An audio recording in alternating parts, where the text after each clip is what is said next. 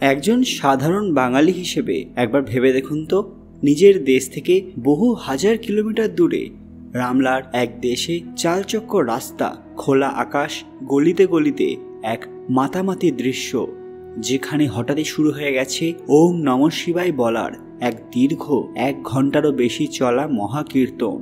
হ্যাঁ, একদম ঠিক শুনেছেন। প্রথম বললে হয়তো কেউ বিশ্বাস করবে না, যতক্ষণ না সে সামনে থেকে দেখছে।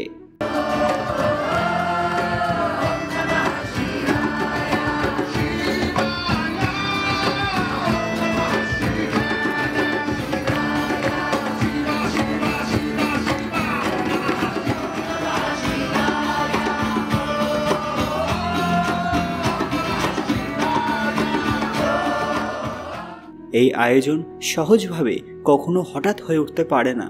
তার পেছনে থাকে স্থানীয় প্রশাসনের অনুমোদন, নিরাপত্তার ব্যবস্থা, জনসচেতনতা, ধর্মীয় সম্প্রদায়ের একতা এবং সাংস্কৃতিক দৃঢ় প্রস্তুতি। তাই এই ধরনের সড়কে, মাঠে বড় পরিসরে একটি ধর্মীয় উৎসব আয়োজন করতে পারলে বোঝা যায় হিন্দু ধর্মের উপস্থিতি শুধু ঘর মন্দিরের মধ্যেই আটকে নেই, তা স্থান সীমা ছাড়িয়ে সামাজিক জীবনের এক অংশ হয়ে উঠেছে। এরকমই একটি বড় দেশে ঘটে গেছে বড় ঘটনা, যা আপনারা ইতিমধ্যে দেখতে পাচ্ছেন। ঠিক কী ঘটেছে এবং এর পেছনে আসলে কোন কারণ ছিল, পাশাপাশি এর ফলাফল কি হলো, সবটাই জানবেন আজকের ভিডিওতে। তার আগে কমেন্ট বক্সে হর হর মহাদেব লিখতে ভুলবেন না। সকলকে আমাদের চ্যানেল পুরাণ কথায় স্বাগত। আজকে আপনারা জানবেন আবারও এক নতুন দেশে হিন্দুদের আলোড়ন সৃষ্টি। ভিডিওতে এগোনোর আগে সবাই অবশ্যই আমাদের চ্যানেলটি সাবস্ক্রাইব করে নেবেন। ইসরায়েলের নাম তো সবাই শুনেছেন, যারা ভারতের যথেষ্ট ভালো বন্ধু। সেখানে হিন্দু ধর্মের অবস্থা বেশ চিত্রময়। যদিও সংখ্যাগতভাবে তারা একটি ছোট সম্প্রদায়, তবে প্রমাণ আছে যে এখানে হিন্দু ধর্মের অনুরাগীদের উপস্থিতি আছে। India and Israel are two of the most ancient civilizations on earth. And yet, it is an amazing fact that until you visited Israel, no leader of India in 3,000 years of our own sovereign existence and our history has visited Israel. You are the first leader of a state. তারা নিজস্বভাবে হিন্দু মন্দির, ধর্মচর্চা এবং সামাজিক কর্মকাণ্ড চালিয়ে নিয়ে আসছেন। উদাহরণস্বরূপ, ইসরায়েলে হিন্দুদের সংখ্যা কিন্তু খুব বেশি নয়। গত 2020 সালে মোট জনসংখ্যার প্রায় 0.01% পরিমাণ বলা হয়েছিল, যদিও তা এখন অনেকটাই বেড়ে গেছে। এমনও দেখা গেছে যে কিছু হিন্দু নিবেদিত ধর্মীয় স্থান, মন্দির এখানে স্থানীয় শৈলীতে নির্মিত হয়েছে, ভারতের মন্দির শৈলীর অনুরূপ নয়। কিন্তু তার মধ্যেই রয়েছে সামাজিক আধ্যাত্মিক ভাবনায় সাদৃশ্যতা। এসব কাজের পেছনে শুধুই ব্যক্তিগত উদ্যোগ নয়, স্থানীয় প্রশাসন, কমিউনিটির পারস্পরিক সমন্বয় জরুরি। উদাহরণস্বরূপ, মঞ্চের জনভিড়, সাউন্ড সিস্টেম, সুরক্ষাকর্মী, রাস্তার সঙ্গে সম্মতি, এসব মিলেই একটি বড় শিব মহাকীর্তন করা সম্ভব হয়েছে। এই বিশাল শিব মহাকীর্তনের ঘটনার গভীরে গেলে বোঝা যায় এটি শুধু একটি ধর্মীয় অনুষ্ঠান নয়, বরং এক সাংস্কৃতিক বিপ্লবের প্রতিচ্ছবি। ইসরায়েলের মতো একটি দেশে যেখানে ইহুদি ধর্মই প্রধান এবং সামাজিক জীবনের প্রতিটি স্তরে তার উপস্থিতি প্রবল, সেখানে খোলা রাস্তায় হর হর মহাদেব ধ্বনি ধ্বনিত হওয়া সত্যি এক ঐতিহাসিক মুহূর্ত। রামলার চঙ্কে এই আয়োজনের মাধ্যমে বোঝা যায় হিন্দু ধর্ম আজ শুধু ভারতের সীমানায় সীমাবদ্ধ নয়, তার প্রভাব এবং অনুসারী ধীরে ধীরে বিশ্বজুড়ে ছড়িয়ে পড়ছে। এই অনুষ্ঠানকে সফল করতে স্থানীয় প্রশাসনের অনুমোদন, নিরাপত্তা ব্যবস্থাপনা, সাউন্ড পারমিশন এবং রাস্তায় জনসমাগম নিয়ন্ত্রণের ব্যবস্থা ছিল নিখুঁতভাবে সংঘটিত। এমন বিশাল আয়োজনের পেছনে কেবল ধর্মীয় উৎসাহ নয়, বরং আন্তর্জাতিক সাংস্কৃতিক বোঝাপড়ার শক্তিশালী এক মেলবন্ধন কাজ করেছে। ইসরায়েলে হিন্দু ধর্মের বিস্তার ধীরে হলেও তা বেশ গভীরভাবে গেঁথে যাচ্ছে। ভারতীয় প্রবাসীরা, বিশেষত তেল আভিভ, হাইফা এবং রামলার মতো শহরে কর্মরত প্রযুক্তিবিদ, শিক্ষক এবং ধর্মপ্রাণ পরিবারগুলো নিয়মিত হিন্দু আচার অনুষ্ঠান পালন করেন, যেখানে ছোট ছোট ঘরোয়া মন্দিরে পুজো, গীতাপাঠ, আরতি এবং এই উৎসবের আয়োজন হয়।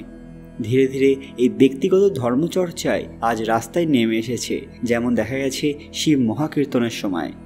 এই রূপান্তর ইঙ্গিত দেয় যে হিন্দু ধর্ম এখন এক আত্মবিশ্বাসী বিশ্ব ধর্মে পরিণত হচ্ছে, যার অনুসারীরা যে দেশেই থাকুক না কেন তারা নিজেদের ঐতিহ্যকে বাঁচিয়ে রাখতে এবং ভাগ করে নিতে পারছেন। এর চেয়েও বড় বিষয় হলো ইসরায়েলের স্থানীয় জনগণের কৌতূহল এবং অংশগ্রহণ। বহু ইসরায়েলি নাগরিক এই শিব মহাকীর্তনে এসে ভারতীয় ভক্তদের সঙ্গে গলা মিলিয়ে বং বলেছে, কীর্তনে ছন্দে নেচেছে এবং সেই মুহূর্তে ধর্মীয় বিভাজন যেন একেবারে মিলিয়ে গেছে। এটি ছিল প্রকৃত অর্থে এক ভক্তির উৎসব, যেখানে হিন্দু এবং ইহুদি দুই সম্প্রদায়ের মধ্যে সেতু বন্ধন তৈরি হয়েছে। রাস্তা জুড়ে ফুলের মালা, ঢাকঢোলের আওয়াজ, প্রাচীন ভজনের সুর সব মিলিয়ে রামলার এক রাত যেন হয়ে উঠেছিল ভারতীয় পবিত্রতার এক প্রতীকী ছোঁয়া। ইসরায়েল আনুষ্ঠানিকভাবে কোনো নির্দিষ্ট বিদেশি ধর্মকে সমর্থন বা প্রচার করে না, কারণ তাদের রাষ্ট্রধর্ম হলো ইহুদি। কিন্তু গত 2 দশকে ভারত ইসরায়েল বন্ধুত্ব যেভাবে গভীর হয়েছে রাজনৈতিক, সামরিক, অর্থনৈতিক এবং সাংস্কৃতিক স্তরে, তাতে হিন্দু ধর্মের প্রতি এক ধরনের পরোক্ষ সহনশীলতা এবং গ্রহণযোগ্যতা তৈরি হয়েছে। পাশাপাশি এখানে এমন এক ভগবানের গুণগান বেছে নেওয়া হয়েছে যিনি গোটা জগতের পালক, ভগবান শিব, যিনি ধর্ম, ভাষা বা দেশের সীমা অতিক্রম করে বিশ্ব চেতনার রূপ নিয়েছেন। কারণ ভগবান শিব সর্বজনীন চেতনার প্রতীক। শিব মানে কোনো ভগবান নয়, বরং চেতন এবং শূন্যতার মিলন, যোগ, ধ্যান এবং আত্মচিন্তনের মূল। এছাড়া প্রবাসী হিন্দুদের ঐক্যের কেন্দ্র হয়ে উঠেছেন তিনি।